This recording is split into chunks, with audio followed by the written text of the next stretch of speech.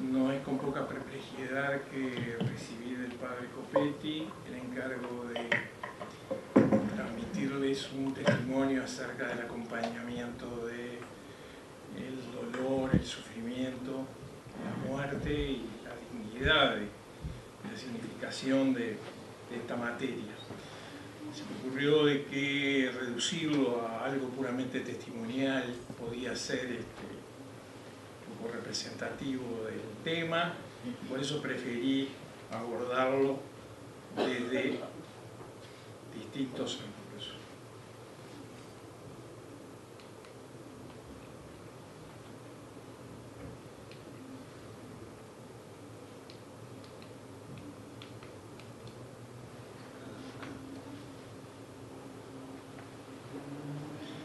Y por eso les voy a hablar básicamente de la historia de la presencia de la Iglesia acompañando la enfermedad, el dolor en nuestro país, la inspiración con la cual lo ha hecho, algunos cambios culturales que me parece que es importante tener en cuenta en este momento y alguna idea sobre nuestro camino.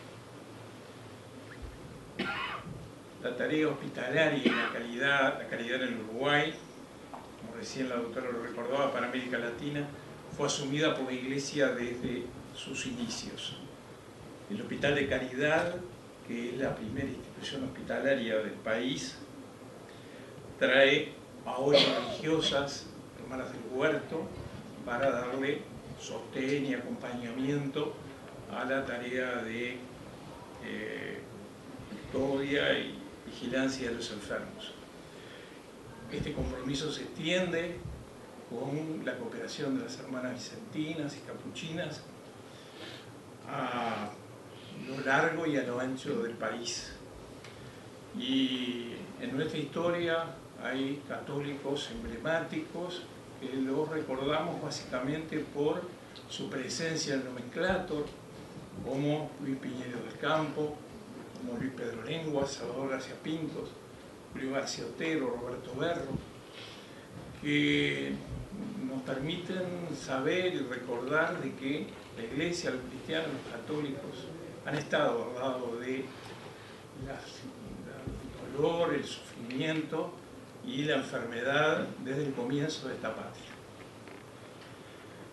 A pesar de que en 1830 la Constitución se jura en nombre de Dios Todopoderoso, autor, legislador y conservador supremo del universo, y que en esa Constitución se consagra la religión católica como la religión del Estado, desde 1861 un ambiente positivista, anticlerical, desarrolló una metódica exclusión de lo católico y de lo cristiano que finaliza con la separación de la Iglesia y del Estado en 1917.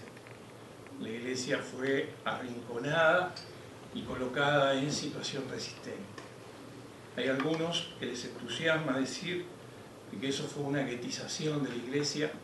Nos cuesta pensar de que la Iglesia pudiera haber procedido de otra manera.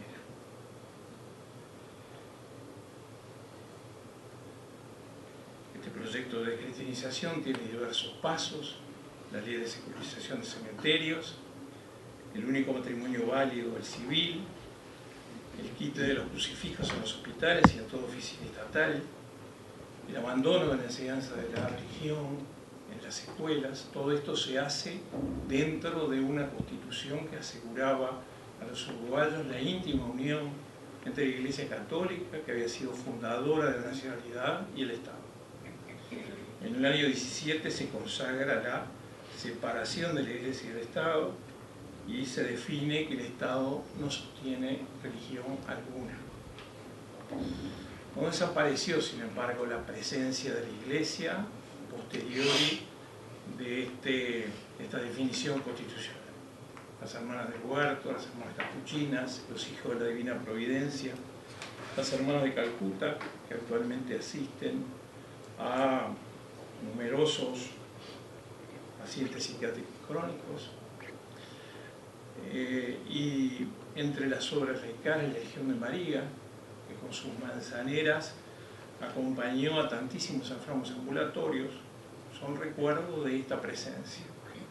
También lo es la presencia del Círculo Católico, que fue diseñado hace 125 años como parte de una respuesta solidaria que incluía prestaciones sanitarias. Y entre los años 34 y 38, un grande, Salvador García Pintos, lidera el desmonte del nuevo Código Penal, de la legislación sobre aborto y eutanasia. ¿Cuál ha sido la inspiración de esta presencia? Obviamente que el despliegue del mandato evangélico, que nos recordaba la doctora recién. La enfermedad, el dolor y la muerte son el recuerdo permanente de la limitación de la estatura humana y al mismo tiempo acercan la figura del Señor resucitado, el Salvador. El dolor, la enfermedad y la muerte son fuertes experiencias humanas, oportunidades de explicitar el misterio del hombre y encontrar el sentido pleno de su existencia.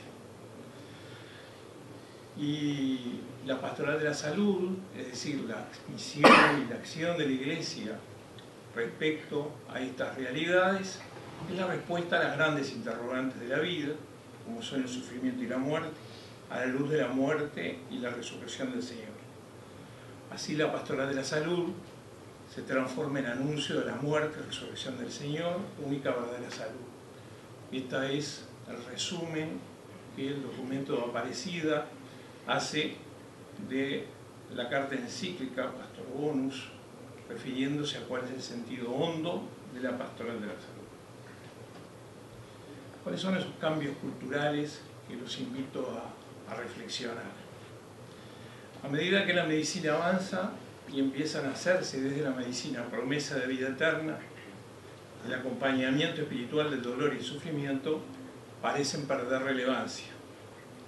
Sin embargo, la medicina de la especialización está vacía de humanidad y hoy se duda que la sanación sea posible sin recuperación del sentido de la vida.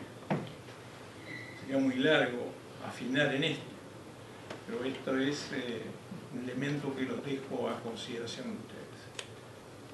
Cuánto hoy puede, cuánto hoy no puede la medicina en cuanto a verdadera sanación. Pasamos de la negación de la enfermedad, del dolor y la muerte, propuestos por esa medicina que orienta hacia la vida eterna, a una realidad diferente. Del deseo de la muerte repentina para evitar el dolor, del sepelio rápido y la cremación, de la enfermedad y la muerte institucionalizada, pasamos a comenzar a preguntarnos si el camino no estará equivocado. El enfermo de hoy, es alguien frustrante.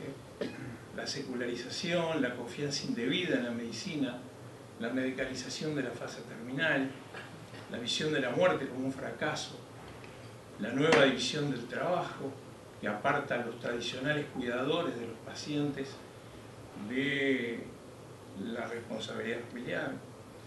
El consumo transforma al sufriente en alguien incómodo. El enfermo muere muchas veces solo, sin estar preparado para ello, escondido y sin testigos.